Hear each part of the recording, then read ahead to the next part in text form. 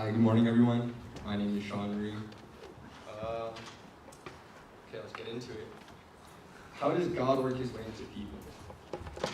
How can I be of use on this mission trip? But most importantly, why am I on this mission trip? These were all questions I was asking myself while on the bus ride to Utah. I was ill-prepared and unworthy to go on the mission trip. I only knew a few basic principles of the Mormon faith. And other than that, I didn't even have a full heart to be on this mission trip.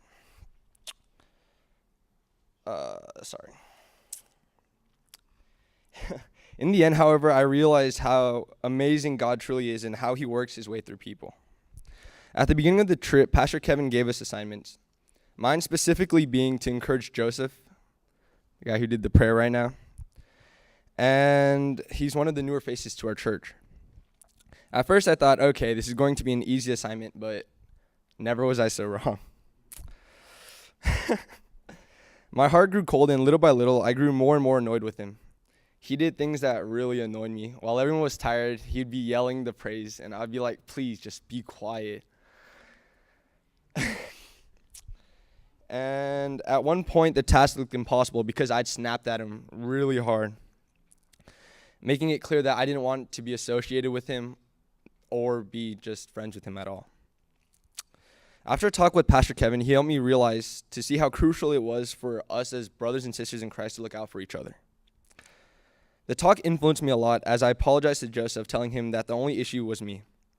The things that annoyed me before now became funny and didn't bother me at all. And this trip allowed me to grow special relationships with people I would never have expected to. It makes me realize how important it is to, again, be there for your brothers and sisters in Christ. The second thing I realized is that I cannot give up on anyone. BYU, or Brigham Young University, is an institution where you can get a free scholarship if you go on mission trips for the church. And for a lot of these people, they've done that. In other words, if you guys don't realize, is you put your whole life for Mormonism, and that's where you're going to be. From there, you're going to go out, branch off into the business world or whatever field you want to go in. But basically, one conversation really got to me. It was this one Chinese kid named, actually, I forgot his name, sorry. But anyway, he brought up really interesting arguments about philosophy and how we should be believing in God. But then in the end, I thought about it, and it was kind of dumb. Because he's like, if the Bible's true, then the Bible's true completely. But he was saying things about how if there's a whole separate being, and then, I don't know, he had his own beliefs about a whole nother system. And then, in addition, he said if he wasn't Mormon, he'd be atheist. So it's like, okay. But really what I'm trying to get at is, if we're here to convert these Mormons, their whole lives would have been shattered. The whole reason that they went to this school was because they really found the truth within Mormonism. And you have to do a 2-year trip for your mission. So that was really hard for me, and personally, I was really unsuccessful with a lot of my talks, and I got shut down a lot. But then, again, my main point is ultimately about being there for your brothers and sisters, because as a Christian, you can get discouraged by things like that, but watching the successes of your brothers and sisters really just encourages you again. Ultimately, this trip for me wasn't necessarily about evangelism, which it should have been, but it was more of an opportunity for me to get to know these amazing people that are outside of my friend group. And personally, I really hope to achieve something like that with each and every one of you. And overall, just try to be more active in church and really create these type of bonds, because they will really help your life. Thank you.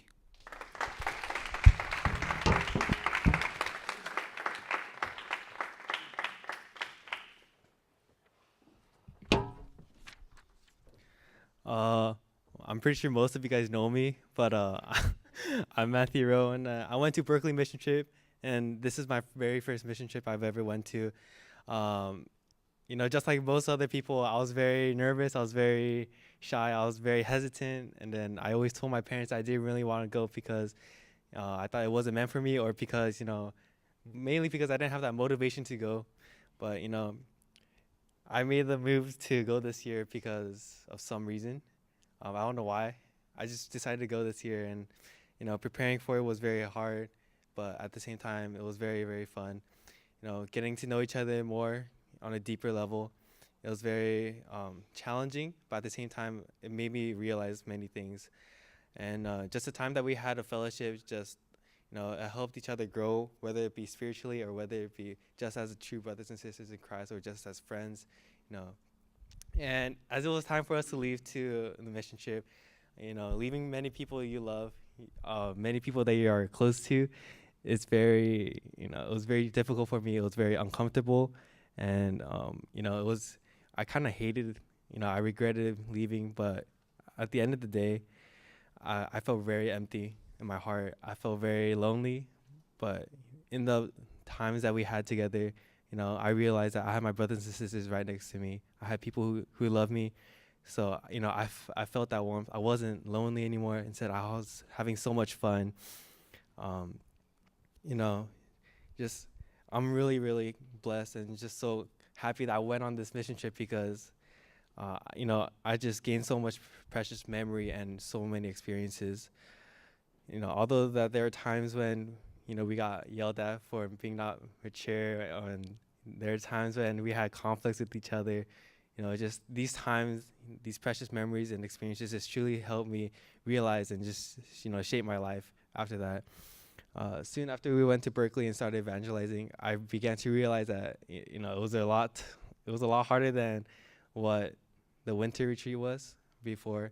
If you guys weren't there at the conference, we went out and at Valencia, I think, and then we went out to go start evangelizing. I realized that it was a lot harder than then.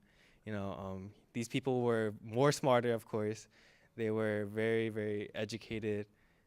They were more open, I guess, this time, but, just coming up to them, talking about God, asking about their own worldview was very tough, As I went to Berkeley, we were partnered up, and as usual, I got a lot of rejections.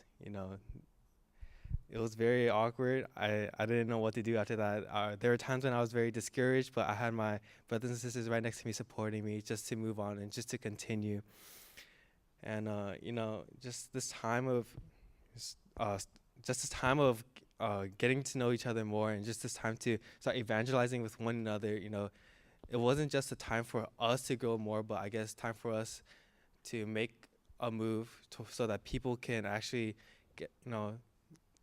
start questioning their own worldview to see whether they are living a true life or not.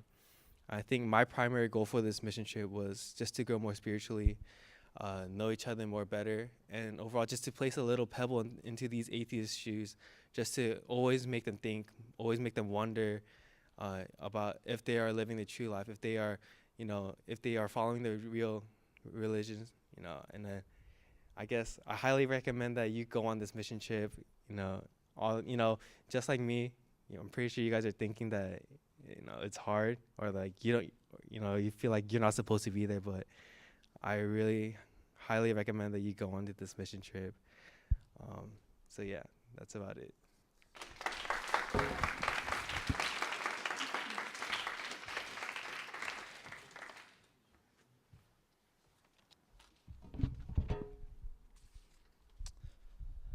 So hi guys, my name is Ryan Rowe. I'm that guy's older brother, and I was part of the Berkeley mission trip. And initially, when I went on this mission trip, I was very anxious and very fearful, because to me this was my very first mission trip that I ever went on to. And on the road, I would always reread some of the materials that we were given, such as I don't have enough faith to be an atheist, and so because that way I wanted to have a really assurance to know that I can defend my faith really well. And then when others would would sleep in the van, I would always look through my binder again, look over the notes I've taken again, and then just to make sure I've covered every single detail. And so later, as we arrived that evening, we had our first atheist come in. His name is Mark Thomas. And throughout this first conversation, everyone had a lot of difficulty trying to bring up different ideas with this first speaker, because this guy he would go on from topic to topic, but he really wouldn't talk in depth about it. And at the end of that very first conversation, we actually ended up criticizing the entire encounter in and of itself. And essentially, to me, like, it really didn't seem that we were ready to go out and evangelize the students. And and then we also had a time of debrief, and at that time, Brett Kunkel, he actually emphasized to the team that oh, where was I? That we had to have a balance between grace and truth. For me, this was an eye opener because personally, I always focus on just presenting to others the factual evidence, and not even want to, like, I guess, know about what they have to say about it. And even Pastor Josh had emphasized that we must and absolutely must have respect for others, and we must control emotions because the speaker had come a really long way just to talk to us, and had, like, come late because of public transportation and other issues. So on the very first day of Berkeley, we were given campus survey questions and like a decent, like, time, I guess, interval to talk to. And at first I was like, I can't talk to people for that long, let alone find someone willing to talk to me. But inevitably I went with Andy, and foremost we got our first conversation, and I believe she was a Catholic student named Rosa. So more or less, like, as a Catholic, she agreed with most of the points that we, like, brought up in some of the questions, such as, do you believe that there is an objective sense of morality or a subjective sense of morality? But the key point that I wanted, like, that really, like, stuck with me was the fact that she believed that all religions follow a same God. But then with that in mind, I asked her, so we know that Jesus is God, but in Islam, Jesus is nothing more than a prophet. So there was no emphasis on whether or not he was God, or even if he risen from the grave. So with that in mind, how is your statement valid towards how all religion, like, follows the same God? And essentially throughout that first conversation, I myself just tried to, like, get accustomed to having other people, like, bring up their own facts and evidence to understand more, because personally I'm just that kind of person that really just, like, don't care about what other people have to say. And overall, like, throughout the I believe the first day, like over 30 minutes have actually passed for that very first conversation. And to end it off, I would like to encourage everyone just how engaging apologetics can actually be, and how willing some people are towards these kind of conversations. Yes, there may be some people who will outright deny you, and perhaps they'll be arrogant towards some of the things that you actually believe in. But know this, that apologetics presents the opportunity towards understanding Christianity even more, and allows you to be further grounded in truth.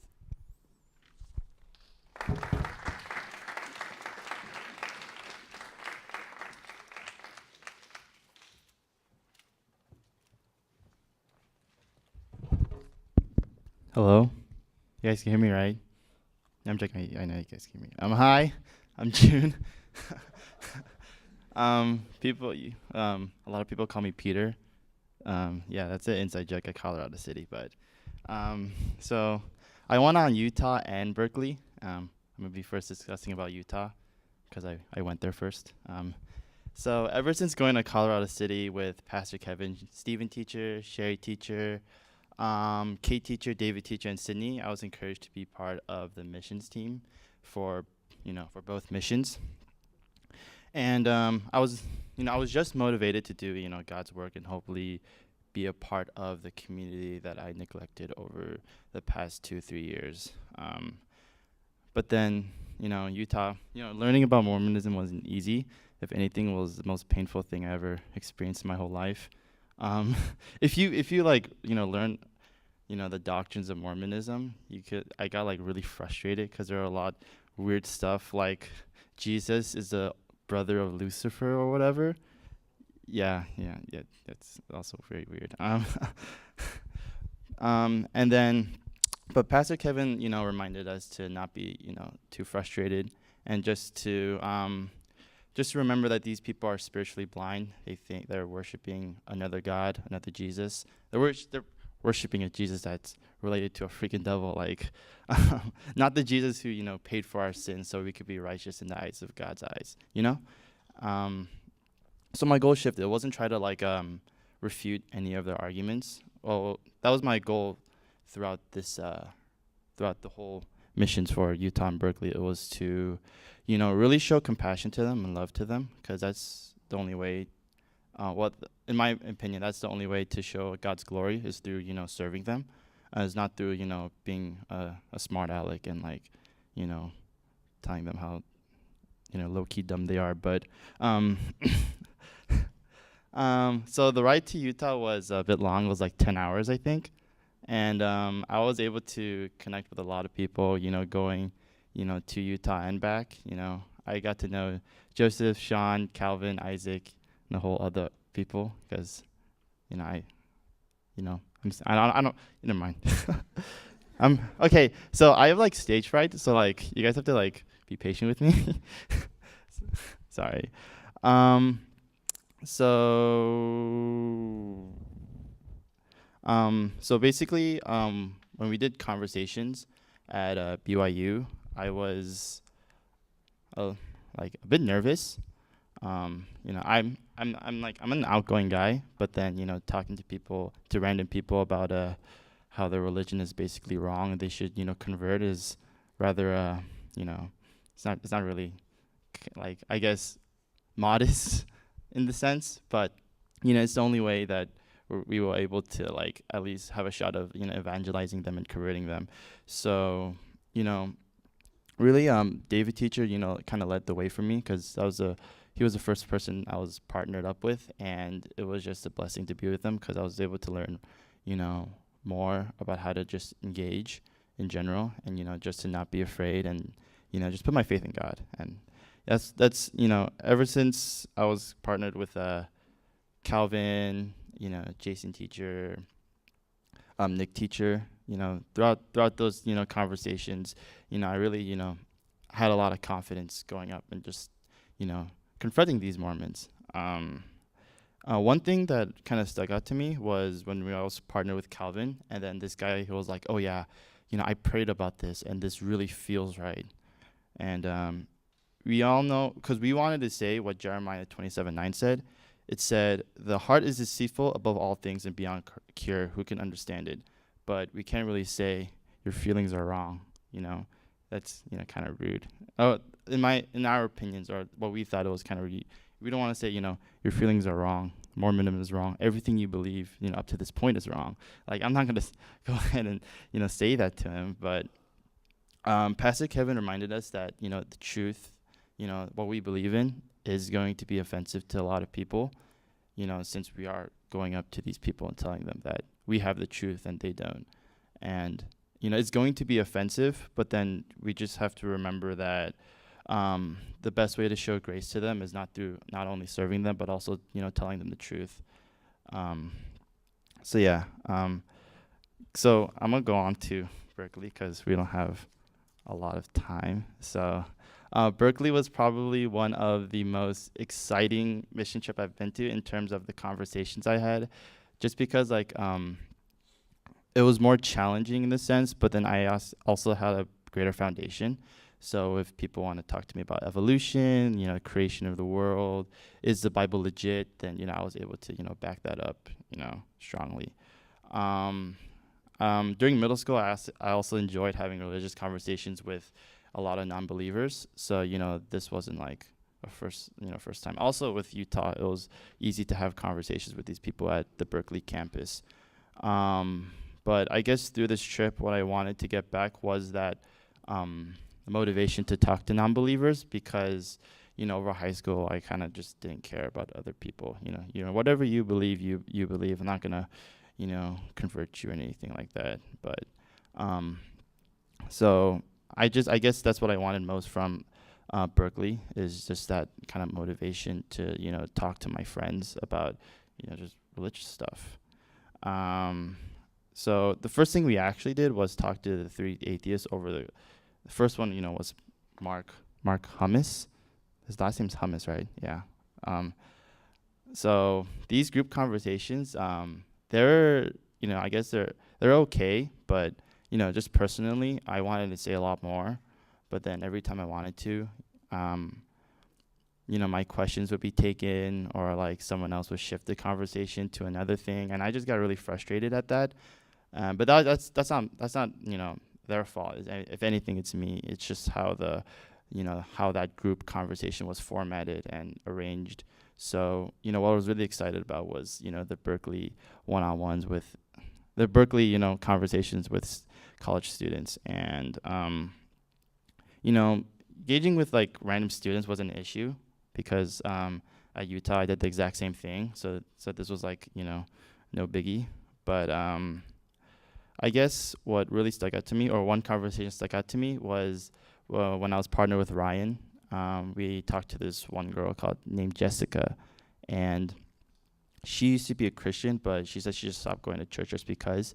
And she said she like sought after like peace and comfort or whatever. But then one thing that she wanted most, like even though like we both, you know, presented her like the most convicting evidence about objective and versus subjective morality or whatever, she wanted more than that. She wanted something more spiritual,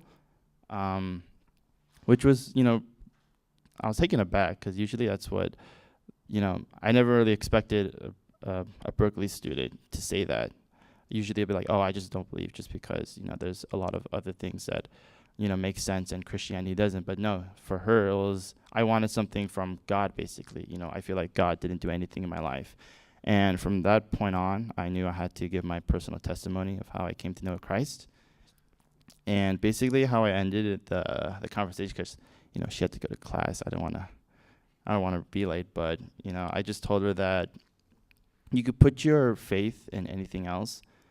You could put in peace, comfort, happiness, league, whatever you put your faith into. But, you know, those don't last. Like they're temporary, and the only thing that's going to be eternal is Jesus Christ, and that's what you should really put your faith in. So yeah, basically, these both trips were, you know, gave me a lot of insight on how to approach, you know, non-believers and you know, having like fellowship with like brothers and sisters in Christ was also the greatest thing ever.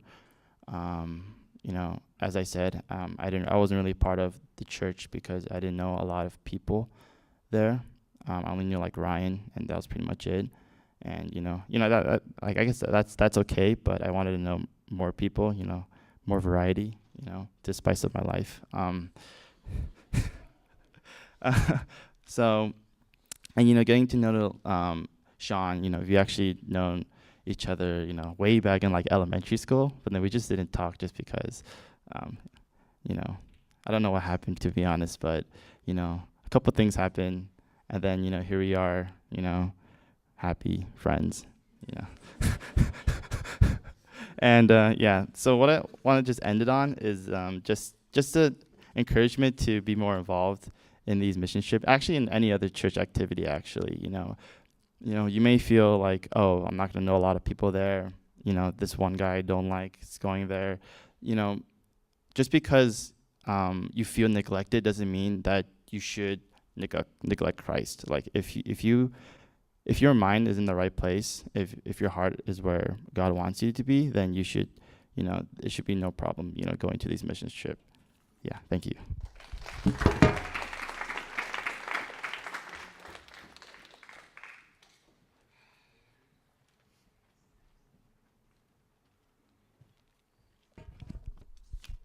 Hello. Hey, my name is Ruben, and I went to Berkeley mission trip. Okay, first of all, I came to this country like 2 years ago, so I'm not really good at English. So please understand when I say like some Korean word, okay? So, I went to Berkeley mission trip like for I have no idea why. I mean, when I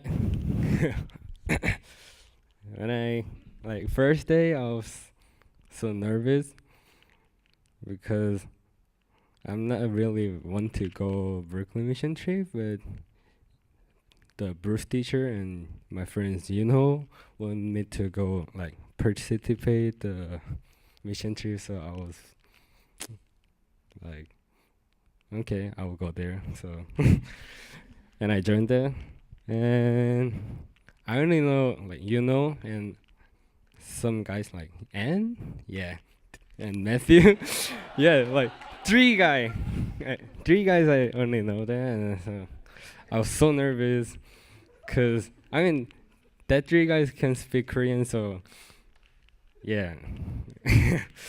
Okay, yeah. And I didn't know about the other guys, so that was my first challenge to make my new friends, and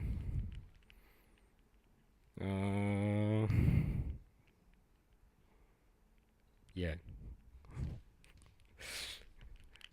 So I felt like I found new life, like Christian life, like yeah, like even I don't know English, but I was feel really comfortable, and I feel like I found like my real life.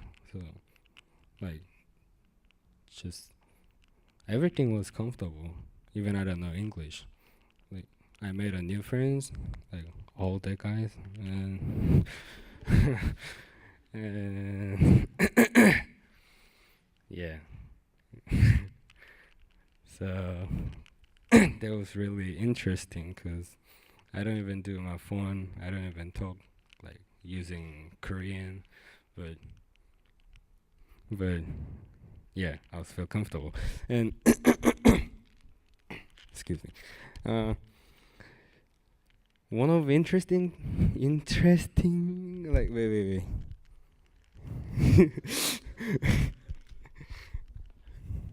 Interesting thing was uh like interesting I learned is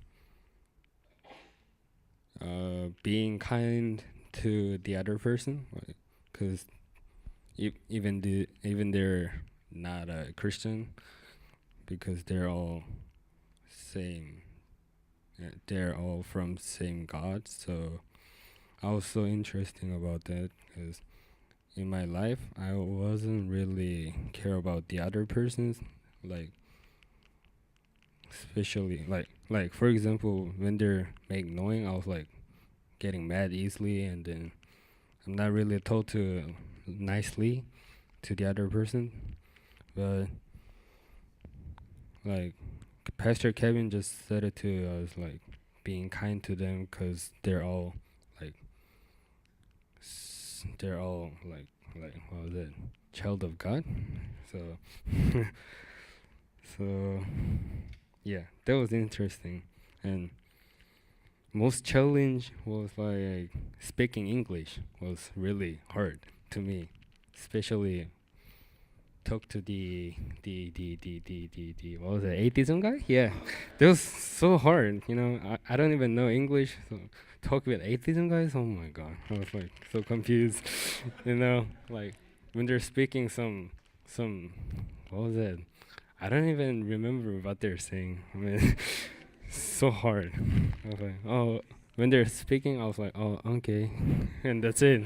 But that was really cool and comfortable. So, yeah, I'm done. Thank you.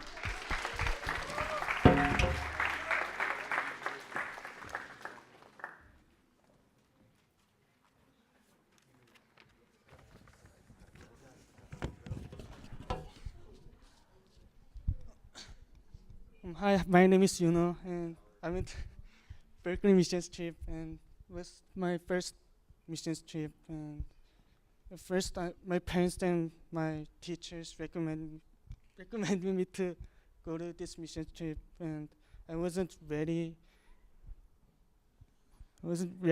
And I never thought about going to missions when I was in ninth grade, but I somehow got more involved in church through worship team, and I went to retreat and more events. And then I started to think that God has planned me to get to have a closer relationship with Him, and I started to like feel and know the things that I usually didn't get. And as I go to church more and feel more comfortable, I found the joy of coming to church, and it changed my worries into excitement. And it led me to go to missions because of my heart, without someone telling me to go. And we went to Berkeley like 3 days to evangelize, and my goal was to just have a conversation and know their world views, and also make them think about Christianity and their beliefs. So the first day was really tough for me because I got rejected like 7 times and I only had one conversation. But I was thankful that I could even have at least one conversation. And well, the first conversation was also tough because she was in biology major and she had like evolutions and all the things that I couldn't say. So my partner mostly talked and I didn't know what to say. And so conversation ended like unsatisfyingly for me. But next days I found improvements for me because I talked more and I could have better conversation like personally with the students. And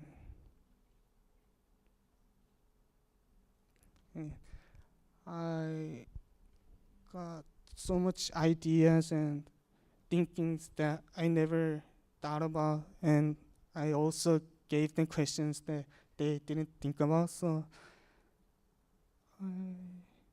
I saw there was the improvement on conversation.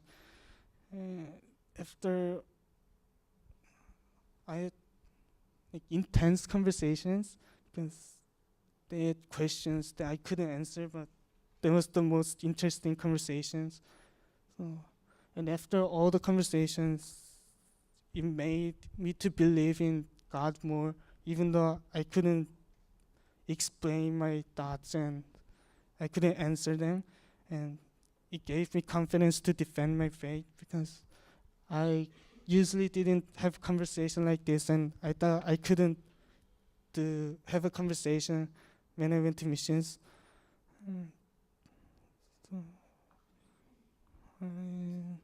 After after this missions trip, I'm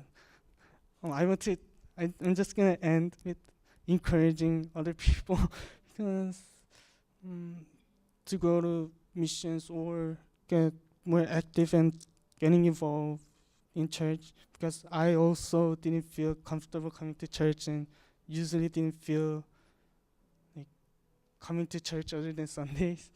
But I never regret using my time on God and church. So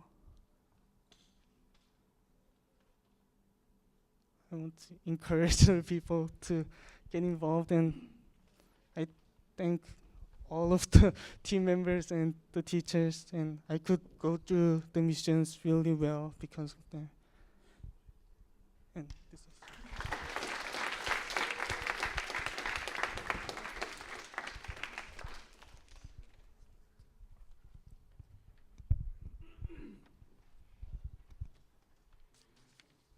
Hi, I'm Claire, and I went to Berkeley. Being a ninth grader, it seemed pretty daunting going to Berkeley and defending the Christian faith to college students. However, with the encouragement of my family and my teachers, I put my name down on the interest sheet. I honestly didn't know what to expect, considering this is my first mission trip as a high schooler going to Berkeley.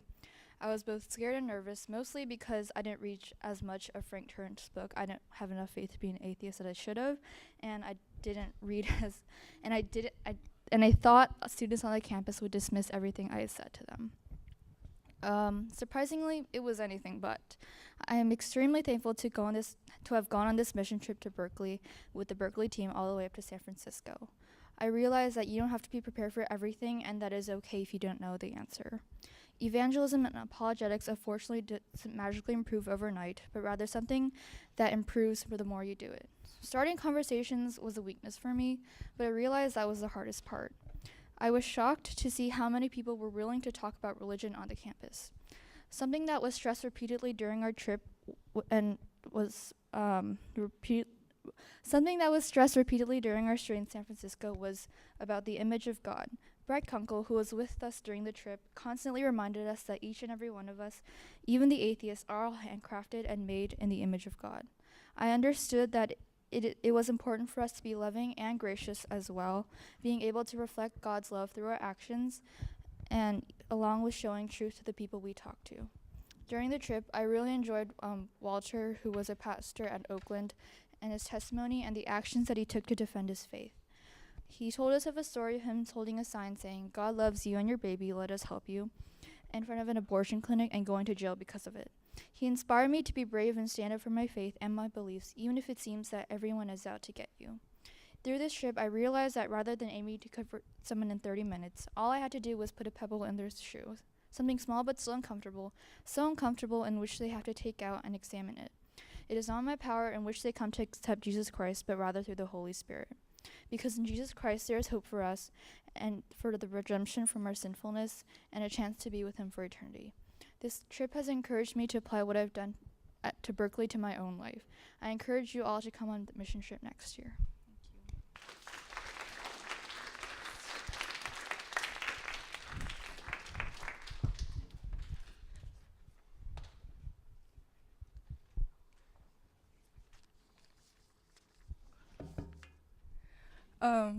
My name's Hedy Min, and I've been on the Berkeley mission trip, and this is actually this was my second mission trip that I've been to. So through this year's mission trip, I was able to learn many things and have new experiences. I was able to engage with many people with different perspectives on how they viewed the world.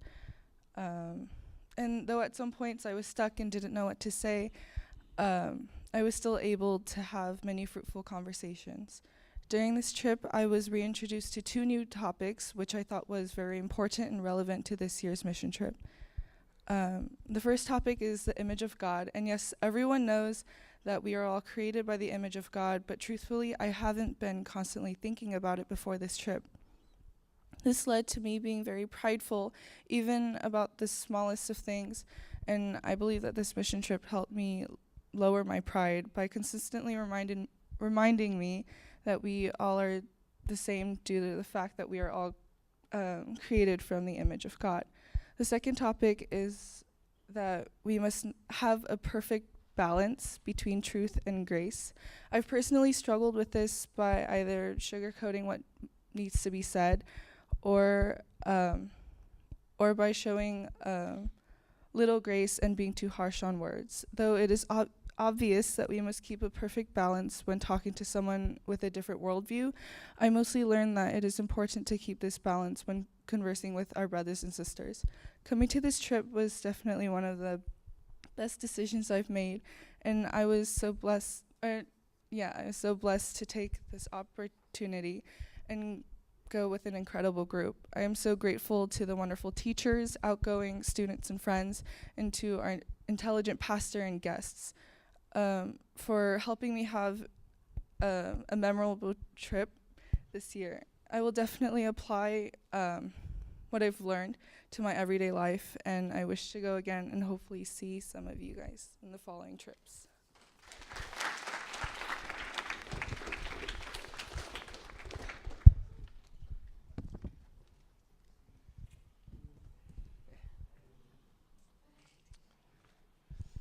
Hi, my name is Andy Song. I'm going to be a senior, and I also went to Berkeley, but today I'm here to talk to you about the incredible opportunity that I was given this summer. So I got to go to Summit Ministries in Colorado. Pastor Kevin, he first introduced me to Summit. He brought a lot of speakers here that represented Summit, and they showed me just the incredible work that God used them for. And so my family agreed that if I had the opportunity to go, I would go. And our church opened up applications for a Summit scholarship. And before I knew it, Tyler and I were boarding a plane to Summit. And looking back, all I have is gratitude for Pastor Kevin, the church, and God for sending me, because what I experienced the next 2 weeks was extraordinary. So going into Summit, I had faith, but it was shaky. I had community, but I wasn't super immersed in it. I read the Bible and prayed, but not as much as I needed to. And Summit was God's way of changing that. It wasn't just a super long conference, and it wasn't just a spiritual high, and it wasn't the typical summer program. Instead, Summit gave me all the things I needed for a healthy Christian lifestyle, like truth, relationships, mentors, things like that. And they packaged it into a challenging but rewarding program. To make the program successful, Summit had 4 pillars they lived by: good faculty, good staff, good location, and good food. And during my experience there, they definitely delivered on those 4 pillars, especially the food. I live in Santa Clarita, where the weather stays in the hundreds and sometimes drops to maybe 90 degrees. So getting to live in 70 to 80 degree Colorado weather was a blessing. The elevation there was not so much a blessing though. I realized that when I climbed my first flight of stairs. The town of Manitou was also very different from what I had been used to. Oh, so that's the what the weather was like there. And then in Manitou, they just kind of had these random things throughout the town. There were just a lot of things to be found there. And in the middle of all of that was the Summit facility, which was a 3-story wooden building that used to be a hotel. And despite being really old, the hotel was fantastic. You share a room with 4 to 7 people, go to class daily, and they give you a lot of free time. So it was kind of like college life. And all of our lectures were held in the classroom. And staff would make sure that we weren't sleeping, but other than that, it was like a great environment to hear the lectures. And living with 5 other people for 2 weeks was also really awesome, frustrating, and humbling. One of my roommates and I, we discovered a shared love for the NBA and Disney princess songs. And over time, I was able to become good friends with all my roommates. Summit, they were also pretty strict about chores, and I had to do my own laundry, and we had daily room checks that we as a room had to cooperate to pass. And our room liked to wait until like the last second to do it, so that was kind of stressful. But the staff, they also gave bonus points for being creative in how you cleaned your room. And so we did things like write Bible jokes and fold towel animals. When I first arrived at Summit, one of the first things they told me was that in order to have the Christian faith really impact my life, I needed truth and relationships. And I always knew that truth was important, but I kind of neglected the relationship part. But lucky for me, that was something they really emphasized. They provided me with plenty of opportunities to bond with fellow Summit members and staff. There were 2 foosball tables in the lobby that they had that just allowed me to bond with other people over the fact of how bad we both were. If we wanted to go explore the wonders of Manitou Springs, we always had to take one person with us. And Tyler always took a nap whenever we had free time, so I always went with a different person into town, and we would share some custard or some tea. I drank more caffeine there than I had in my entire life, so sleeping was sometimes difficult, but that made great chances for me and my other roommates to chat about anything at night.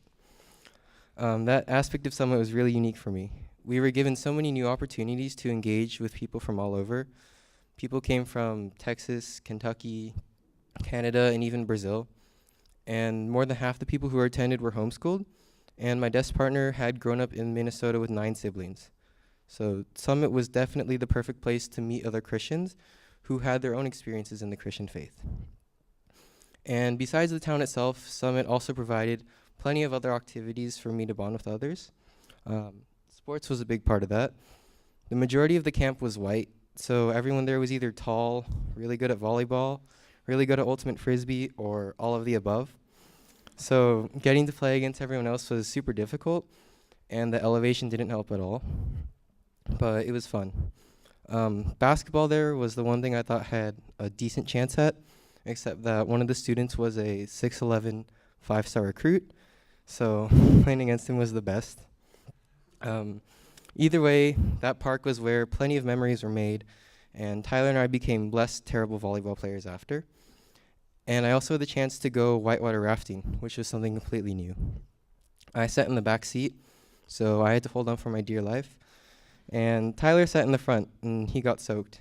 And he said he had hypothermia after, but we had a good time. And anyways, Summit just stacked activity after activity for us, and even up to the last day, where I got to be part of a photo shoot.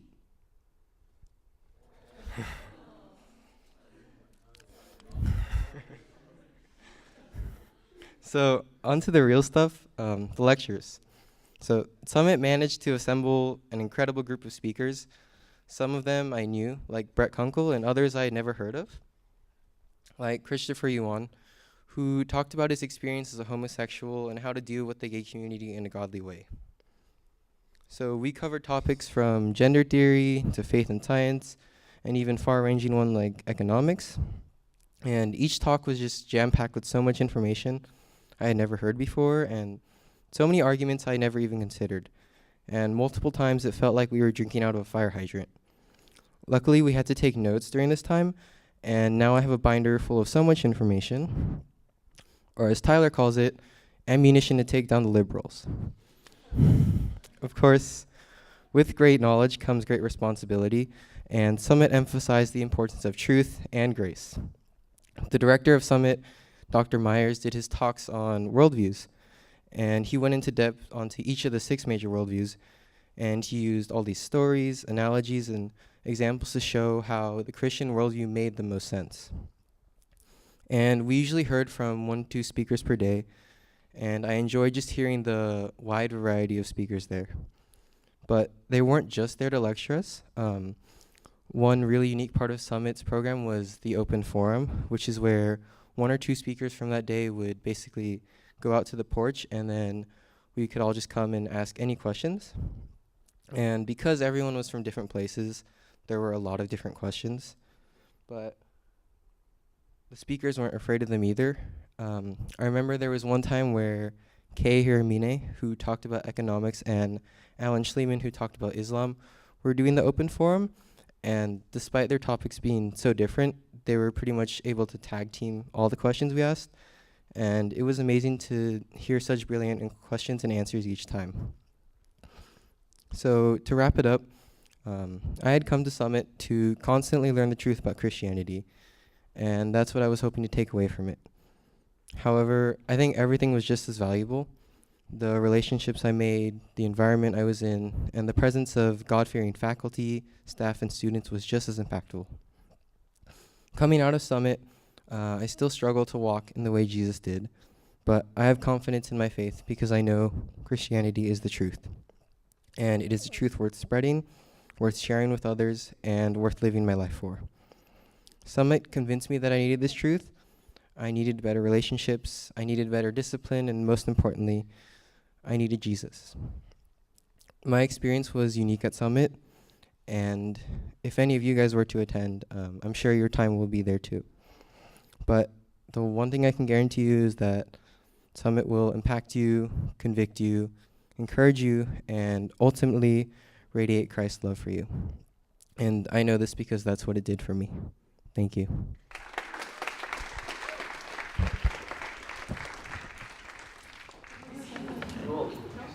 My name is Calvin Park, and I'm gonna be a senior, and I went on the Utah missions trip.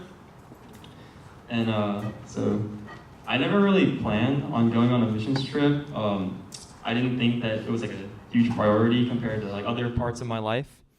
But one day at church, like I forgot my Bible in service, and so I ran up to come get it, and a Stephen teacher stopped me. And he talked to me about going on the missions trip, and he really convinced me to go because it'd just be like a great experience for me. And I look at that now as like a calling from God because it's what ultimately got me to go on the trip. So some of my expectations for the trip were like really high because my father used to go on a lot of missions trips to crazy places, to third world countries. And he told me that I'd be able to find out about all kinds of other people and their respective religions, but more importantly, I'd be able to find out about myself. I'd be able to walk with God in challenging times and really strengthen my relationship with him. And so I had pretty high expectations going into the Utah trip.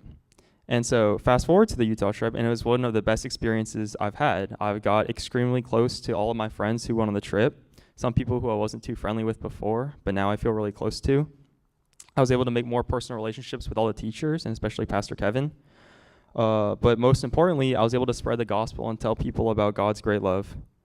Before this trip, I was always scared to talk to somebody about the gospel. I thought that people would judge me or look down upon me. I thought that they wouldn't take me seriously, and it would be extremely difficult to reach out to them. But everything that I feared turned out to be false. One instance that sticks with me is when me and June talked with somebody. It was my first talk on the streets, and I wasn't really sure what to expect. So we started talking to a Mormon, and he was really nice to us. We got to know each other, and the first thing that I noticed was how normal he was, how nice he was. He was a vegan who loved hip-hop. This stayed with me because before I met this man, I had some obscure fear of the members of the LDS church, that they were different than we were. Back in our trainings for Utah, one of our meetings, one of our members asked Pastor Kevin if Mormons knew what a football was. And so for some reason, thought of them as different than us just because they shared a different belief than us. But what I realized is that they're normal people just like us who unfortunately are lost and don't know the gospel. But the one thing that I'm taking away from this trip overall is that evangelizing doesn't have to be an annual thing. It doesn't have to take place on mission trips in Utah when you're with your youth group. Evangelizing can happen at any moment, at any time. People are more open to learning about the gospel than you might think, and you're more capable of spreading the gospel than you might know. Thank you.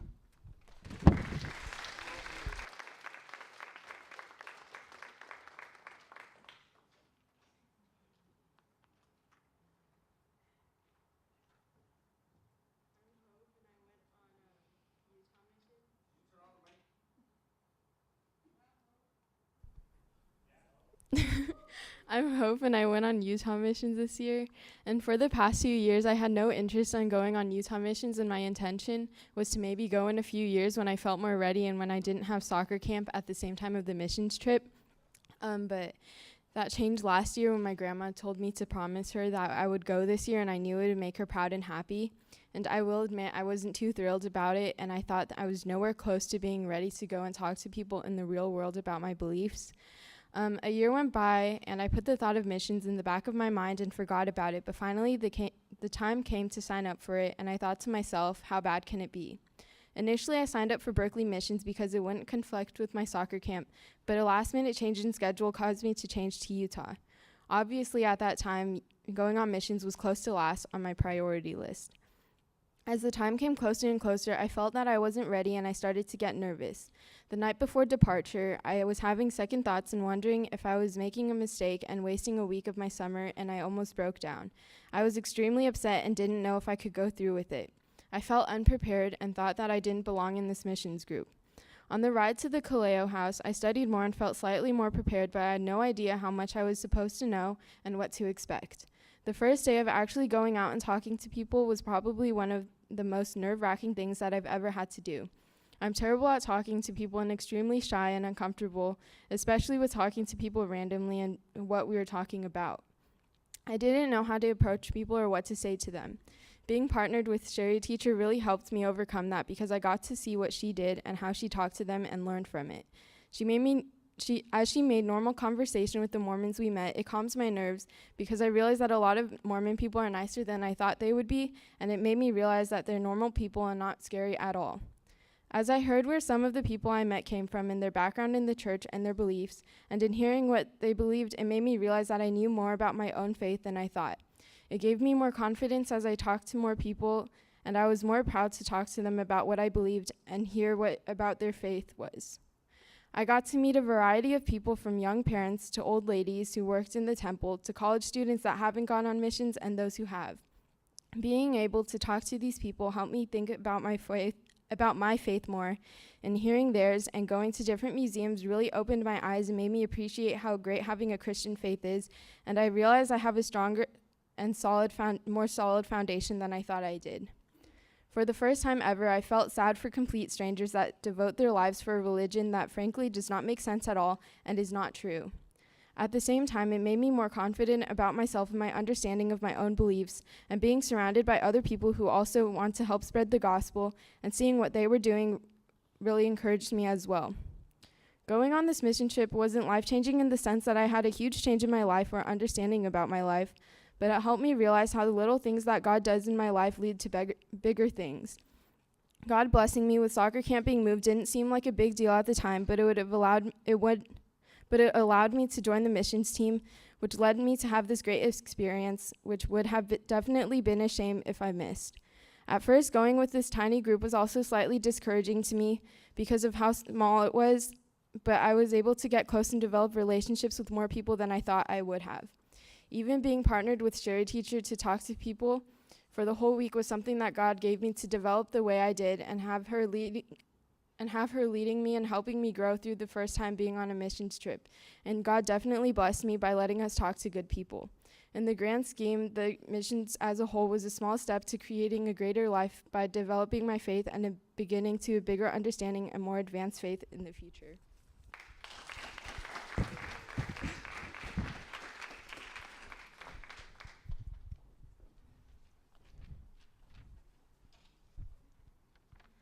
Hi, my name is JC Lee, and I'm in 8th grade going to 9th. So I had the opportunity to join the high school ministry on the Utah mission trip, and I was able to learn so much from the many different conversations I had. One of the first conversations I had with a Mormon was when Sherry Teacher Hope and I were getting a tour of Brigham Young's house. Brigham Young was known as the second prophet of the Mormon people, and he was a successor of Joseph Smith. The two Mormon tour guides were from Taiwan and Mexico, and they showed us around the different rooms of the houses that belonged to Brigham Young's many wives. I missed my chance during the tour to actually talk to them and ask questions, but luckily, as we were sitting on the benches waiting for a cafe to open, they came out, and I began to ask them about polygamy, and so I asked them why they believe the words of a prophet if it contradicted the Book of Mormon, because their prophet tells us that, or told them that they should stop practicing polygamy, even though their holy book, the Book of Mormon, tells them that it's okay. So I asked them why they believed in something that was a blatant contradiction, and they insisted that it wasn't a contradiction. But this kind of bothered me because, I mean, when I look at it, it seems like one thing is going against the other, but they believe what both sources are saying. So that sounded like a contradiction to me. So we ended the conversation by when I said that I was just really confused because I believe that as a Christian, God is unchanging, and that he wouldn't just suddenly change what he had to say after something being established for such a long time. So it was really sad to me, I guess, seeing how they were so passionate about something that was incorrect. And that was, I guess, like the first time that I really started to feel for a Mormon person, and really see that with how their life is something that's not really based on the truth, and how sad that can be. So the second time I had a conversation that was really profound was with Sarah Teacher when we went to BYU. And basically, I said "Chaimokisnida" to Sarah Teacher, and then a conversation started about how she, the girl we were talking to, actually went to Korea on a mission trip from her temple. And we had around a 2-hour-long conversation about Mormon theology and different topics that I was just really confused about. And she really knew what she was talking about, and she said that her dad had studied like Mormon theology, and she was exposed to those kind of things at a really young age, so she was able to study it a lot. So I think it was also a disadvantage that she knew so much, because as she kept on talking, more questions began to brew inside my head, and I was able to ask other Mormons on the streets these questions that I had. but she didn't know the answers to a lot of the questions I had, but she was really unshaken. So she was like really strong in her faith, and that was really fascinating to me because they believe something it's so incorrect, but they believe solely through their hearts, and that can be a really dangerous thing. But I really do believe that we can learn something from the Mormons. It's definitely not to believe solely through what we feel, but they are so unafraid to share their truth and what they believe is true. And even as Christians, we have the real truth, and we're still afraid to go out and even to our friends talk about the gospel and things like that. So I believe that we can really learn from the Mormons that not to be afraid of what we believe in, because what we have is truth. And I really hope that next year when we have this opportunity, more of you guys will join us on this trip. Thank you.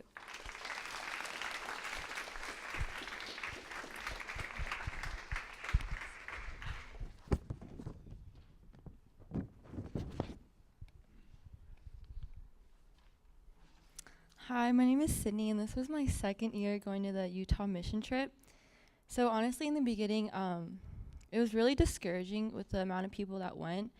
Last year we had over 40 people, and this year I think we had like 8 high school students, which is like pretty sad if you think about it.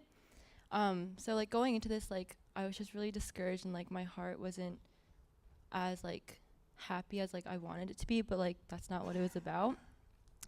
So when we arrived there, we did the usual. We went to the church in Ephraim City, and we did the free car wash and the pageant. And the pageant isn't like a beauty pageant. It's just like a giant gathering where people come together, mainly Mormons, and they hear the story of Mormonism and how it came to be. So before that, we had to share the gospel, and Becky, teacher, and I, we like had to go around. Every person that we talked to, we got rejected. So it was just super discouraging, like on top of all of that. But while we were walking the street, we ended up running to someone that we knew from the Colorado mission trip, and it was really inspiring because he came all this way like by himself because he's from California, and he came with a group that like he didn't even know. Like he was just so motivated to just come and like serve God. Like he wasn't even with his friends, like he was all alone, and like that was just really inspiring to see. So the next day, I woke up and I threw up everywhere, and I felt really bad because I just took a fat L. Basically that whole day I got food poisoning, and I wasn't able to keep anything down. And so they gave me the option to stay back at the Kaleo house by myself. So obviously like I wasn't just gonna waste a perfect day, even though I was sick. So we went to Salt Lake City. We did some sightseeing. I threw up again there in the middle of Salt Lake City. We did some sightseeing. It was really cool to go back and like learn more about like the history and like how crazy Mormons are. After we went to BYU, and we talked to a Mormon who had done missions in Long Beach. So basically any question that we had asked him, his response to us would just be like, that's not for me to decide, that's for Jesus. And we kind of realized, we're like, he doesn't have that assurance, you know, like how, oh, I'm going to go to heaven. For him, it's just like, I have to worry about which level of heaven I'm going to go to. Whereas like for us, we just know that we're saved and we're accepted. And we just have that assurance, you know, that we're going to go to heaven because we're saved. But for him, he has to do good works in order to do that. And we're just like, we kind of just started like sharing the gospel. He was really interested. Of course, like he didn't just change his religion, but hopefully like we did plant seeds of doubt while also planting seeds of truth. Later we went to the Sundance Festival, and that's when I started to feel better. It was nice just kind of like refreshed, 'cause it's like all in the nature and everything. So yeah, and the next day, Thursday morning, we went back to Ephraim Church, and we heard a sermon. It was more of just like a group of ladies from the church, and like they were all just on stage, and just like, it was just like a very personal like sermon, I guess. They were just talking about how to share your testimony, and like this will apply later to like what I'm saying.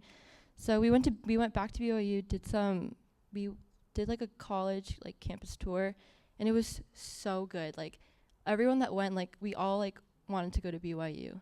Like it was just really good. Of course we can't go, but you know. After we went back to the pageant, and so I was paired with Becky teacher, and JC was paired with Sarah teacher, but Nick teacher, David teacher, Becky teacher, and Sarah teacher, they all had to lead worship on like the middle of the street. So JC and I, like, we were paired up, and we were like on our own, and that was super nerve-wracking because it was only my second year, and it was her first year, and we didn't know what to do because like we're still like pretty young. So as we were like walking down the street, we started like pulling out our Bible and like looking at verses to like hype ourselves up, because like we were just so scared, like we didn't know what to do or like how to approach people. And going into this mission trip, like I set a reminder that like I specifically wanted to talk to teenagers because like they're just more approachable and like relatable. Yeah, they can be scary sometimes, but like compared to like other Mormons, like they're more willing to hear you. So JC and I ended up sitting with 2 teenagers who were about our age, and they actually lived there and went to the local high school there. We were talking for about just about life for like 40 minutes until more of their friends came. We ended up having like a giant table of teenagers gathered, and that's when Jason and I just looked at each other and we're like that's our opportunity. So they were mostly all part of the LDS church except 2 who were Catholic and 1 who was Mormon, but her parents were excommunicated. Before talking to them, we had to like point out that we weren't protesters because like there are protesters, like like those crazy Christians who like have those signs like you're going to hell and stuff like that. Like we kind of had to like point out and address like a couple times like, oh, we're not like those people, we're just here to like share what we believe. And like they respected that, which was like we were lucky because most people like they would have shut us down. And then I remember earlier that day, like we had that like sermon about testimonies, and for us that's something that JC and I both struggle with telling because it's something that like we're not like fully comfortable with because like we've just been through a lot. So I like keeping my testimony to myself while like not sharing that to others. Like I thought that would have been really selfish of me, like something that could bring them closer to God, and I'm just keeping that to myself. As I was sharing mine, I remember seeing a look on one of the girls' face. She had tears in her eyes that she was trying to hide. We continued talking about Christianity for another hour, but some kids had to go, but the rest of us went to the local diner, and we bought everyone's meal, which seemed to have like broken the ice more, like they seemed to like loosen up.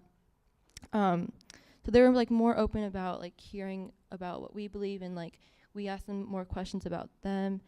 And I remember one girl who said she was Mormon, but her parents were excommunicated. So that means like they were kicked out of the church. Her parents were still Mormon, but she said like she wasn't really sure because like she didn't really believe in the theology. So I just started telling her about the gospel, and like I asked her if she was interested, and she was like, oh yeah, that seems like cool, like I've never heard of it. She was really interested, which was like I was actually really surprised because earlier when I was talking to her, like she seemed kind of out of it. So like I started sharing more about her, and then I asked her if she would be willing to come to the church, and like I started sharing about like how the church in Ephraim City, they're super accepting and they're loving, and I asked her if she would go and check it out sometime and if she was willing to one day like give her life to Christ, and she actually said yes. So later she asked like more questions that JC and I could answer, so we called Pastor Kevin over. She asked really deep questions that like hopefully she got a better understanding of Christianity. Her other friends were interested, but like they were kind of like skeptical of it. So hopefully like over time their hearts will like open up more. And after talking for hours, we exchanged contact info, and we were all getting ready for bed, and the girl's name was Kiera. She actually texted me and JC first right before we were about to go to sleep. And like that's not something we expected at all. Like we were literally screaming in bed because she texted us and she thanked us, and like she was so grateful of what she had heard, and like she was amazing. Or she said that, and we're just like we were just so amazed on like how amazing God is, and like how he could just transform someone. So actually I haven't talked to Kiera until a couple days ago. Actually I texted her. She said she hasn't been able to go to the church yet because she's been busy. So JC and I got her a student Bible and a devotional book, so we're gonna send that. So actually I think she's at the church right now. I have to text her back later. She said she'd be going today. Just continue to pray for her because she has a bright future. She has a lot ahead of her as like a follower of Christ and just as like a woman. I never thought I'd be able to witness someone coming before God and accepting him. It just proved to me more like how amazing and incredible our God is. The mission trip makes me so thankful for the way we live, especially that we are able to live as Christians and like we're just able to follow God. We know that this is the truth, and being blessed and knowing about it this early on is something that makes me so thankful for, and it just allows us to get a deeper realization for everything. It gives you so much more confidence sharing the gospel to strangers. By getting this confidence, you can bring this to your high school campus and share the gospel there, because that's also where our mission is. I highly recommend going to a mission trip because it just opens your eyes to so many things. It brings fellowship, and you get to meet so many amazing people. Also, not just saying this for a mission trip, but I'm also saying this for general, like as any church event. Don't just go to mission trips. Like, yes, you should go, but also participate at like VBS and like other departments, because it's just great to like get closer to the church and like meeting other people. All of them, they just humble you and you just get closer to the church. Not only does a mission trip help others, but you also help yourself in a lot of ways. So closing on this, I wanted to share a couple verses that really stuck out to me. Which was, he saved us not because works done by us in our righteousness, but according to his own mercy, by the washing of regeneration and renewal of the Holy Spirit, which is Titus 3:5. And then another one, I thought that this applies to Mormons, especially because they have the idea that in order to be saved, you have to do certain good works, which clearly says that Jesus saved us by the renewal of the Holy Spirit. And Matthew 10:19 and 20, which reads, when they deliver you over, do not be anxious for how you are to speak or what you are to say, for what you are to say will be given to you in that hour. For it is not you who speak, but the Spirit of your Father speaking through you. This was a verse that JC and I were reading as we were like trying to hype ourselves up. And then it also just gives us peace and comfort that we needed in that moment. And the Holy Spirit definitely spoke through us when we were talking to them. Also, Joshua 1:9, which reads, have I not commanded you, be strong and courageous, do not be frightened, and do not be dismayed, for the Lord your God is with you wherever you go.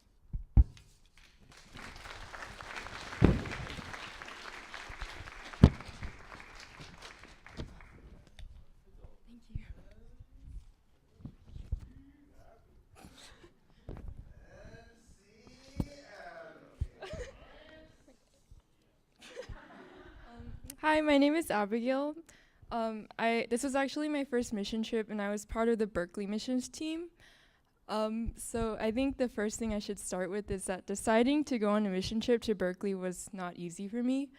I'm not going to pretend that there was some kind of passionate, emotional conviction that drew me in. I signed up, then I dropped out, thinking the cost, financially and mentally, was too much. I had thought that I wanted to use the time this summer to relax since I had just graduated. But every time the announcement was made that the Berkeley mission team wasn't full, that they still needed members, I felt a little squirming feeling. And somehow the staff convinced me that it was better to go than to not to. And with 2 weeks to prepare, I was behind. It was really scary, and it was hard to tear myself away from the struggles and things in my daily life. And I knew I didn't really have a heart to speak to lots of people, but I thought that as long as I was kind of making myself go, it was okay, mostly.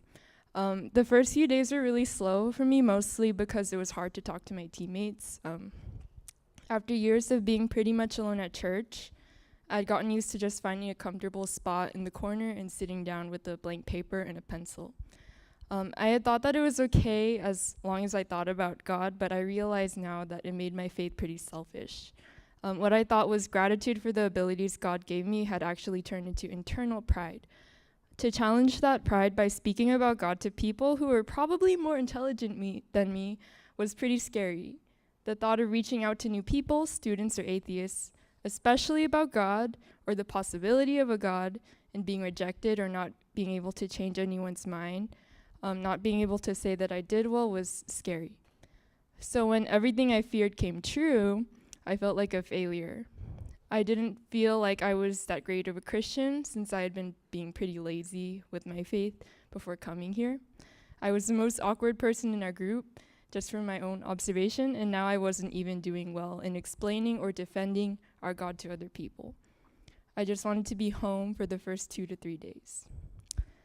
I'm not actually really sure when things started changing, but as we visited more people at Berkeley, I guess I was reminded that people are all different and that they are all interesting and special.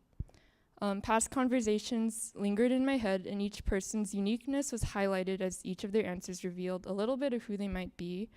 I'm sorry to say that I still probably focused too much on saying the right thing, but after each conversation, I was left wanting to speak to them again, not just about God, but more about who they were as well, what their story was. There were graduate students, people just a few years older than I was. There were people here from across the world for a summer program, and there was even a construction worker that I met over just the span of 3 to 6 combined hours at Berkeley's campus. At each one, I found myself picturing meeting him or her again and just being their friend. We learned that even the homeless people on the streets have stories, that they are all different, that their faces and voices are distinct from each other. At the same time, I was beginning to notice the uniqueness of each person I'd been living with for the past days. I noticed that Yunho and Reuven stuck together and Allison and Esther stuck together. And at first they seemed like pairs of twins to me, but over time I was just more impressed with God for his ability to make everyone so different and so beautiful. I realized by the end of the trip that even June and Joseph had different ways of making everybody laugh. Everyone had a role on our team, and even when we had traits in common, we had different versions of those traits. On this mission trip, we were reminded that everyone bears the image of God. Such a thought fit almost too perfectly with the values so visible in everyone around us. I thought of my friends at home and how all of them were special in their own ways. The teachers put a lot of effort in planning visits to a lot of interesting locations, which was really nice. And we were also reminded that there are infinite ways to glorify God as a human. Intellect, discovery, art, personality, and creativity could be pursued in a way that is the opposite of idolatry. But none of these is a bigger part of God than the other. The thought overwhelmed me before, but seeing the magnificence of the Golden Gate Bridge, the actual art of making jelly beans, the genius of sound and graphic systems, and even the diversity of thought on Berkeley's campus and the skyline of San Francisco were amazing beyond words. And there were only 4 specific places in one region of one state in one country in the world in a cosmos of beauty. And yet, while all of us have this potential, we're still imperfect and messed up in the same ways. This thought always eliminates my pride, but it creates confidence in not only myself, but the people around me. Being a part of this mission trip was hard, and I still was really eager to come home. I haven't really changed radically, and I still struggle with pride and fear and insecurity and all the things that I did before. I still wonder at times if God's voice is really just a myth, but I'm still really glad I was there. Even besides the logic and apologetics that defy my doubts, God has showed us his relevance in the modern world and in the lives of individuals. God transcends the minds and hearts of billions of people. It's easy to think of him simply living with his power concentrated just in himself far away. But in actuality, he is unlimited in his capacity to care infinitely for each person and to watch each person with indefinite care. He transcends all time, all dimensions, everything. It's hard to think of more than one aspect of God at a time because my own insignificant mind is severely limited and gets so overwhelmed. But I think this is the biggest reason to tell other people about him. Evangelism is more than being afraid that we will be sent to hell and warning people to turn away from sin. It's more than offering people escape from death or a place with streets of gold and angels. It's inviting people whom we believe have the same worth and potential that we do to be amazed with us at this infinite, indescribable, unfathomable being who created us with the same unique proclivities, talents, and mindsets. It's introducing them to the infinite being who loves them with the same omnipotence that he had in creating an ever-expanding galaxy. It's inviting people to come with us after finding things that are more beautiful, more satisfying than the curiosity and familiarity of sin. It's inviting people to look for what is true, to question, to investigate what we believe in, and to be speechless with wonder towards the answers we find. I don't think I could really ever understand the 10,000 reasons to follow Jesus that the hymn sings about, But when I think about the billions of people and everything I have yet to learn, it doesn't seem really impossible for there to be at least 10,000 specific reasons to seek God. This mission trip was such a big reminder of all of this. Finally, I think what I wanted to do after the mission trip is tell my closest friends, most of which are outside the church, about the God that is everywhere. And I realized that speaking to random people won't always be effective. But according to ageofthesage.org, 32.5% of the world self-reports as being Christian. This translates to 2.1 billion Christians. I know for just myself that I have at least 4 people, even just within my comfortable, introvert-friendly circle of friends, that I hope to talk to about Jesus. And if every self-reporting Christian were to do the same, and if every person we talked to eventually came to God, that would be 2.1 billion times 4, which would be 8.4 billion people. That's more than the world population today, which was 7.523 billion on August 4th, according to worldometers.info. And of course, these figures are not perfect, but regardless, it suggests that it is up to each of us as God's children to do our part in our individually unique ways, even if we just start small. Because it is written that if we have faith as small as a mustard seed, we can move mountains. Thank you.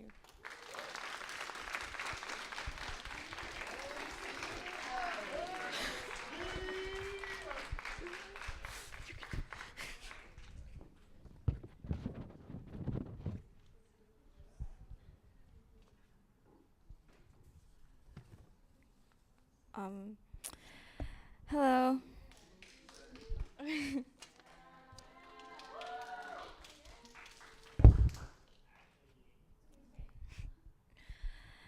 Hello, I'm Ashley, and I'm going to be a junior, and I'll share a little bit of my experience at Berkeley. This is my first mission trip, and honestly, when I signed up, I had absolutely no idea what to expect.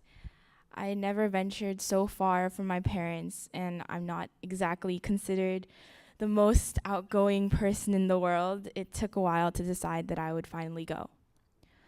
While preparing for the mission trip, I knew that we would have conversations with the college students at UC Berkeley, but that realization never actually hit me until we had already arrived at UC Berkeley, and it was actually time to talk to the students. I guess, to put it simply, I became extremely nervous, and when I'm nervous, I tend to think about the worst case scenario, which is exactly what I did. I started to imagine myself with clammy hands, stuttering words, and blinking out in the middle of conversations. That's exactly what I expected from myself. Unfortunately, my expectations turned out to be true, but then I figured that there was no point in being nervous, and if I had already embarrassed myself during the first interaction, then it could only get better from here. I listened intently during every conversation we had with the students at UC Berkeley, along with every speaker that was invited to talk, and found that the atheist worldview held several contradictory claims that often canceled each other out. On the second day of talking to students at Berkeley, my partner and I talked to 2 foreign exchange students from China and learned that they didn't have any understanding of religion at all. They had no way of answering any of the questions that we had asked them because they had never stopped to think about the possibility of God existing. It was because where they were from, education was such a huge priority that they had no time to learn about God, the gospel, or anything of the sort. I realized just how blessed we were to be living in the US, where we have the freedom to learn about Christianity and the time to go to church at Sundays, to worship, and to go on mission trips like this. The Berkeley mission trip not only taught me a lot about the Christian worldview, but also made me realize how amazing God is to have given me the opportunity to go on this mission trip surrounded by so many wonderful people. Thank you.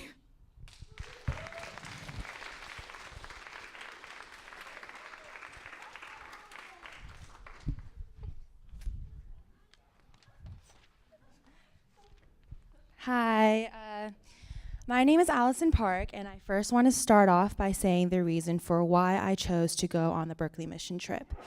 So growing up in this church, I was never really involved in different activities and rather ignored all the opportunities that Church Every Day has given to me. But going into senior year, I knew I wanted to be more involved. After this mission trip, I began to regret all the excuses I've made in the past for not going on these mission trips before. I just want to say this to all the students in Roots Ministry, that I really hope you guys are willing to step out of your comfort zone and serve God. I really wish I went on more mission trips, but I'm glad I at least went on this one. So, on the first day, while we were driving to the church we were going to stay at for the next couple of days, I felt very anxious. I didn't feel prepared, but through the help from Brett, Ryan, Pastor Kevin, Pastor Josh, and all the supporting teachers, I felt a whole lot better. I remember the very first day we stepped onto the Berkeley campus. We each had our own surveys that we were using to start the conversations with random strangers that would later hopefully bring up the topic of religion. Some of the questions included, is there a meaning to life? If so, what is it? Or what is the key to human happiness? Or do you believe in afterlife? We had our partner and surveys in hand for an hour and a half and proceeded onto our mission to evangelize. So Teddy and I approached this one woman and asked her, do you have a couple minutes to talk? We are taking a survey. The woman asked, about what? And so I said, about religion. She said no with a straight face and went on with her day. Rejection was so discouraging, but we began to pray and trust in God and ended up having great conversations with people who weren't even Christians. Brett always reminded us that everyone is in the image of God, which means that we all have value, dignity, and worth.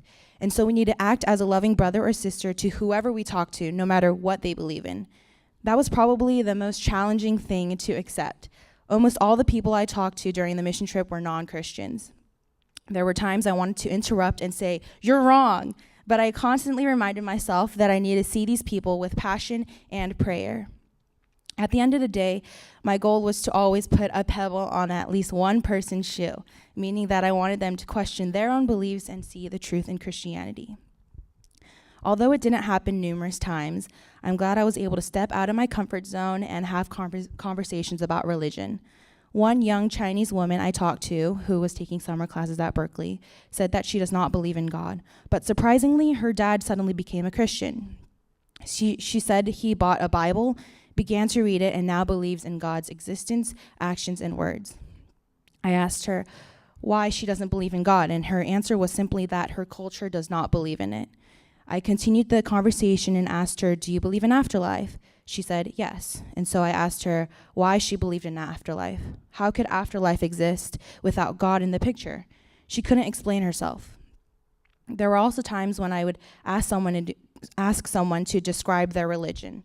They were clueless and couldn't back up their claims with reasons or evidence, and so I came to the conclusion that Christianity is the only religion that is true.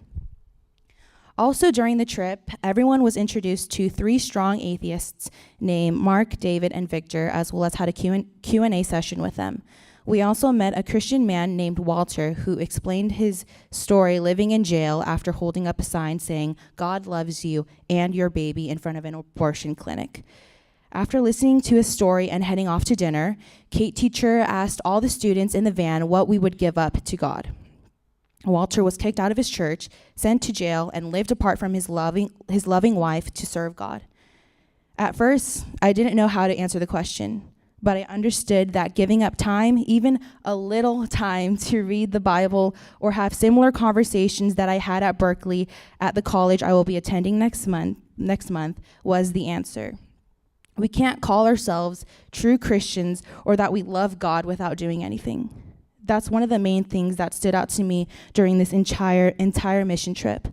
I realized that I was brought to this universe to glorify God and to share his word with people who are unfamiliar with it.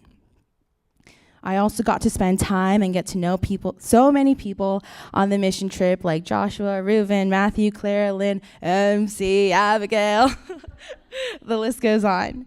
And I know for a fact that I will remember this mission trip in the future and apply it to my everyday life as an upcoming college student and, most importantly, a daughter and follower of Jesus Christ. Thank you.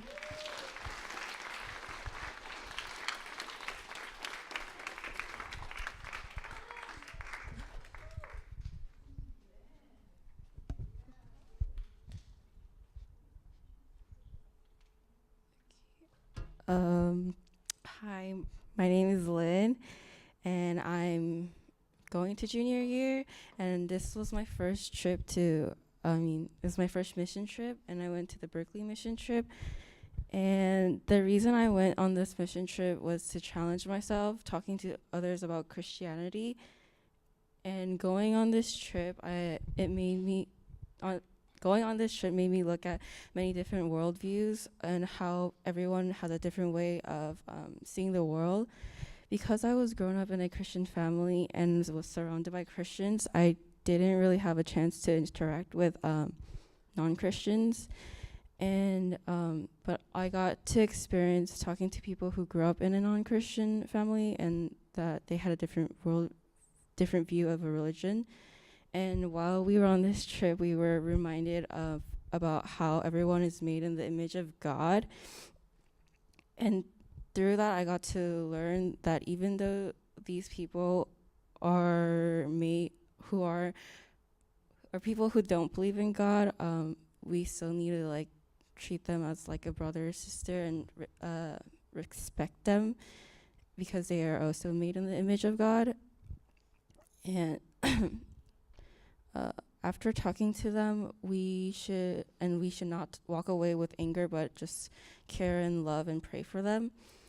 And one of the interesting conversation I had was the first person I talked to with my group, Anne and Joyce. And she was a lady that was attending the school, and she said that she grew up in a Catholic family and went to a Catholic school, but she ended up not believing because she said she couldn't believe something outside of the world that created everything, and it didn't make sense to her. And what was interesting was that she said that she tried making her kids believe in a God so there could be someone there for them at hard times. But then once they found out their mother wasn't believing, they stopped believing too. And but she was really respectful and nice to us, and it really helped me start other conversations with other people too. And one of the favorite things about this trip was that not only evangelizing but also getting to know everyone on this trip, because I'm very quiet and shy, so I have a hard time getting to know people and being comfortable around them. But I didn't know half of the people on this trip at first, but through the meetings and the being together with made them closer to them, and I was able to get a lot of courage from them. And after we came back, there's times where it felt like it was weird not spending time with them, and I'm very thankful that God made me go on this mission trip, and I'm also so thankful to all the teachers and all the members that went on this trip with us. And I feel like I got closer to the church more than I was before going on this mission trip. Thank you.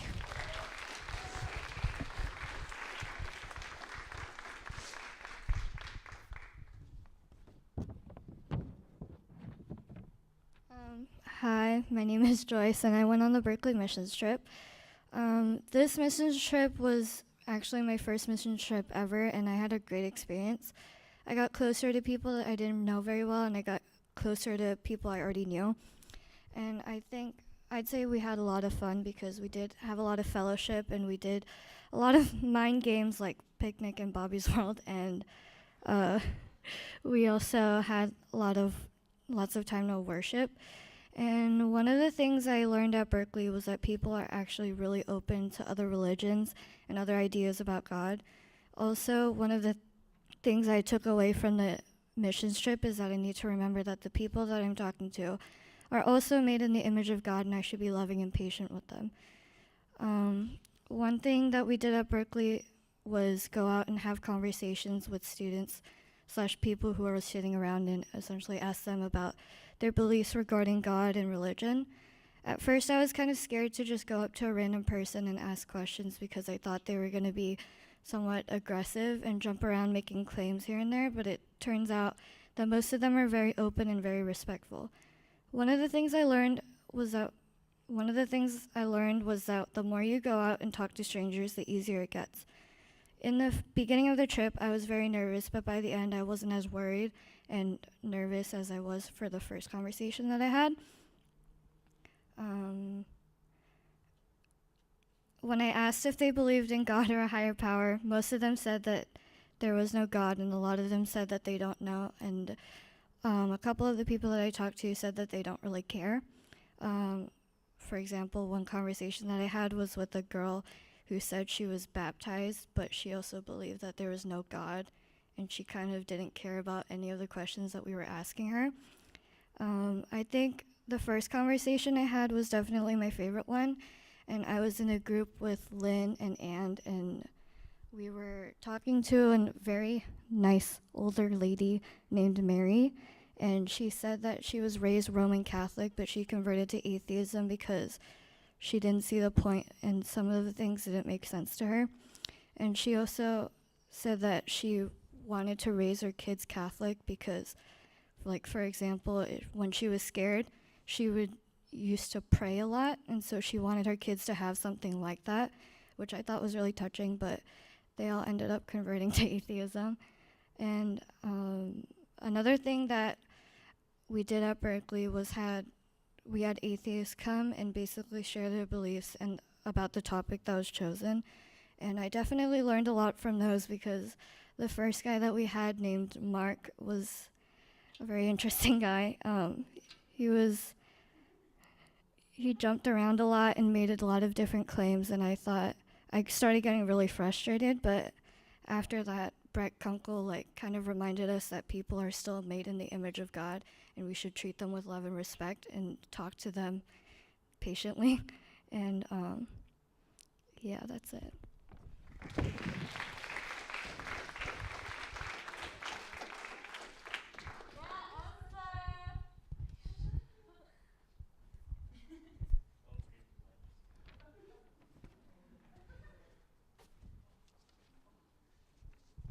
Hi.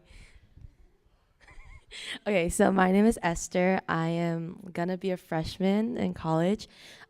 So the reason I went on this mission trip is actually kind of because of Allison. She was like, "Will you go on this Berkeley mission trip with me?" I'm like, okay.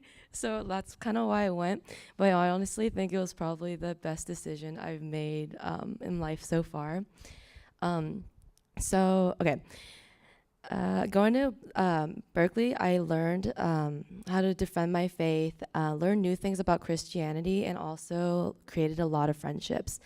So when we went to Berkeley, I was really close with just Allison and knew of a lot of people who went. But after a few intense rounds of bukjipa and one fish in the water and shoving bean boozle, gummy jelly beans in other people's mouths, we got pretty close. And I thought that because of our friendship and how strong we've gotten together, we were able to ask really good questions to the atheists that came in to talk to us that were the head of the head. So yeah. And then before I went on to this mission trip, I didn't really know how to defend my faith. So when people asked, "Why do you believe in God?" I would just say, just because I grew up in a Christian family, I just know that he's there. But now I feel that after learning how to back it up with evidence, I can definitely go up to people and say, there's this, and this, and that, and definitely be able to convince people why I believe in a God. Yeah. Oh, and then when we went on to Berkeley, we were talking to people for 3 days. The first day, TBH, was completely awful. I went to this one guy, he knew what he was talking about, and I felt so stupid in front of him. I was contradicting what I was saying, and he seemed really confused as well. So I just said, thank you for your time, and just kind of left. And then the second day, it was less awkward, and I got a hang of it, of how to talk to people. So I was able to ask kind of okay questions the survey that Allison brought up, why do you believe in God, a higher power? And surprisingly, a lot of people believed in Buddhism and stuff because they just liked the idea of it. But Pastor Kevin was with me that day, and he said to ask on like, why is it necessarily true because you like it and stuff like that. So the third day I was able to ask questions like that, and a lot of people were kind of tripped up on that question. And then, okay, so I always knew that being a Christian in this society would be really difficult, but I never knew how difficult it would be until we encountered Walter. He shared with us his testimony of how he got arrested because he held a sign that said, "God loves you and your baby, let us help," in front of an abortion clinic. I mean, after I heard that, I was like, what happened to like the freedom of speech and stuff like that? But I realized that the owner of the abortion clinic went to the city council and made a law specifically to direct him to like stop holding the sign. So I kind of realized that our society is like gonna chase us down, and it's gonna be difficult for me to like defend my faith and stuff, but I'm okay with that because I know God is real and God is the only way to like heaven and stuff. So yeah, for those who like didn't go on mission trip, like please go, because it was like the best experience ever. And yeah, bye.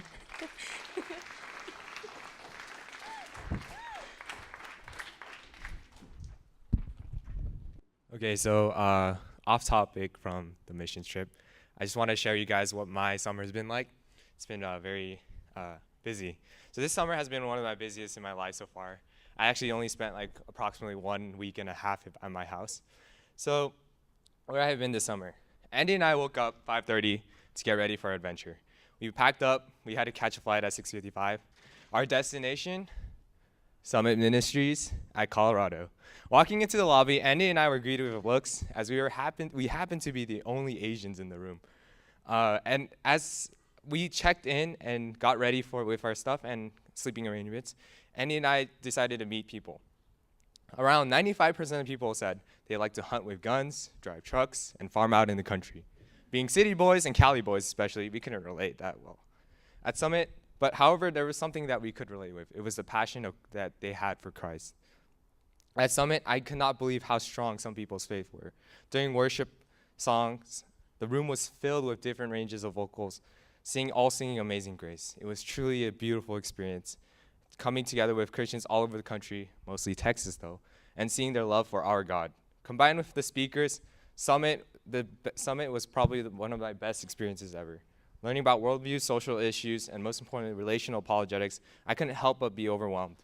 The fellowship was amazing too. I remember all the events, especially when Andy and I went river rafting, photo shooting, and the last night dance.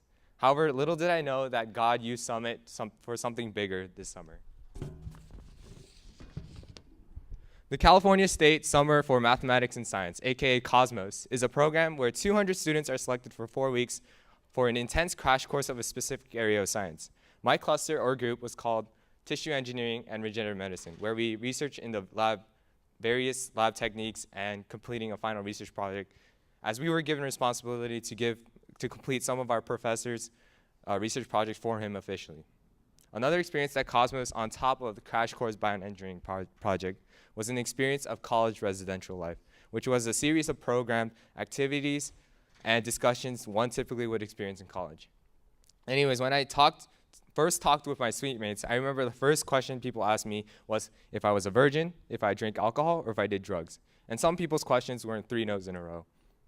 I had 2 suite mates who were homosexual, 4 strong communist followers, and several suite mates who openly talk about sexual experiences and jokes. I could tell I was in for one long 4 weeks as I propped open my Bible and my Summit notebook on my desk. Second weekend, third day in, my suite mates found that I was a Christian. After that day, it was a war zone. My friends would be joking around communism 1 second, and the next second we would be debating about why capitalism is better. It was especially hard to say in front of my homosexual friend why I was against the Institute of Gay Marriage. From a super Christian camp, from praising God was the norm. Cosmos was the complete opposite, as the campus seemed empty of Christians and people who practiced its morality. Constantly, people would question my beliefs on the social issues such as abortion, homosexuality, and economics. I remember asking Pastor Kevin and several of my friend groups during conversations I had, Through the midst of talking the issues, I remember Cosmos holding a social justice night, where I just, by the sound of it, was cringing. While the UC Berkeley team was out in NoCal talking to atheists, I was back in SoCal at UC San Diego talking to atheists. Social justice night was basically just an affirmation of liberal views. People saying claims such as sex is just a social construct, treat others the way they want to be treated, and learning this full spectrum of LGBTQIAAP2+. I remember the time after these discussions, I was so excited to just destroy these arguments that I texted my mom at 10 p.m. And I had the cacao talk right there. And she said to be gentle the way I talked to it. You can see that compassion heart. But I said God's wrath. And however, the thing at Cosmos that affected most was the culture. One weekend, immediately drama starts to appear, group people, social hierarchies were made, and people are already starting to talk trash about each other. Luckily for me, I was just a joke, so no one really talked about me. There was like a couple group of boys who was trying to hook up guys with other relationships. There's a group of girls trying to hook up guys with relationships. Everything affected everything, basically. The students got more wild, did more reckless things. They got kicked out. A lot of people were heartbroken because they were the center of drama and bullied. My own roommate broke down in front of me at night when he got bullied. It was evident that Jeff Myers at Summit said, bad ideas are poisoning society into bad decisions, and this was a reality on this campus. However, there was hope in such a secular environment. I remember people commenting about me openly praying about my food. I remember the night I shared my past, my friend asked me, why are you so joyful considering all the crap you've been and dealt with in the past? And my response ended up sharing the gospel with him. He bent over one night and read along a proverb which I explained to him. I remember when my friend admitted that she always heard Christians being super assertive and harsh to certain people, and it touched my heart and touched her heart when I talked to her in a relationship-centered discussion about pro-life. Her exact quotes were, Tyler, even if I disagree with you everything I said, your heart for this issue is with love, not with correctness. That I actually considered what you said throughout these 4 weeks. Of course, this work is not of my own, but of God slowly transforming my heart. And I thank God that he sustained me enough without 4 weeks, without church or fellowship. And I can't express how glad it is to come back here. I wanted to center my testimony today around warning and hope. The warning is that the problem of bad ideas is very real out there. Some of us have embraced it as our lifestyle and indulged in it. I myself have done this so many times. These bad ideas can be radical as openly being Christianity, or they can be as subtle as the sins you struggle with. Prepare not, college will sweep you with an endless torrent of ideas. These bad ideas can be However, my experience with these ideas is that I found that they were also bland and flavorless. From Marxism, secularism, spiritualism, to just simple apathetic Christianity, those ideas have no tangible hope, no amount of sustainable truth or passion to be a beautiful idea. Only Christ and him alone gives me an idea that is truthful, hopeful, passionful, all at the same time. Only Christ gives me an idea that exceeds all beauty. Only Christ gives this world a bland idea's flavor with his. Christ has called us to be the salt of the world, to make the world flavorful with his ideas. It is our calling to be that delicious flavor of Christianity in the midst of hopeless, truthless, and bitter ideas. However, it goes on even further. Salt not only preserves or gives flavor to food, it creates thirst in people, a thirst for water. We Christians are called to create thirst in this world for Christ, the only living water, by living with the infinite and beautiful joy of our King and Savior. That the other people will look and long for that fulfillment that Christ has given us. Thank you.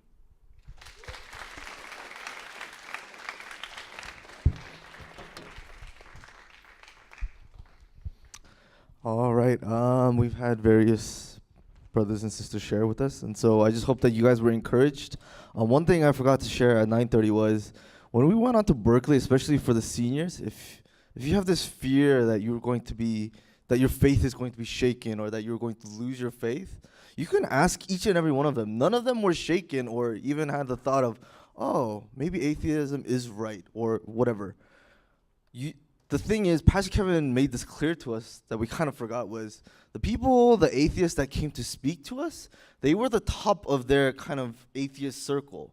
And so these are the people right below, like David, I don't even remember his name. Anyways, I don't remember their names. But these are basically the people right under the famous atheists. And so these aren't just like people who like to be atheists or just like is out of hobby, but these are serious atheists. Like they know what they're talking about.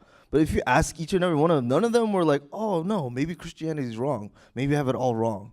And so I encourage you, talk to them. See what they see what they experienced, and yeah, find out if they were shaken at all. If not, why and why not. And yeah, that should encourage you as well. And so let me just end by closing for us. And then, yeah, we'll be done. Dear Heavenly Father God, Lord, we just thank you so much for our many brothers and sisters who were able to do so much with the opportunities that you've granted us this summer. I just pray for those that weren't able to join us this summer, and that kind of regret not going. I pray that you would encourage them, that you would strengthen them, and that would motivate them to join us for our next opportunity and to personally witness not only your truth, but also to share the love and the grace that you've shown to us to those that desperately need it as this world turns more and more actively against you. Lord, would you just continue to keep us? Would you continue to strengthen us? And Lord, would you continue to mature us in our faith, that we would have solid foundations that the world cannot shake, because you are the one true God. Lord, we thank you so much for our brothers and sisters. It's such an encouragement just to hear their stories.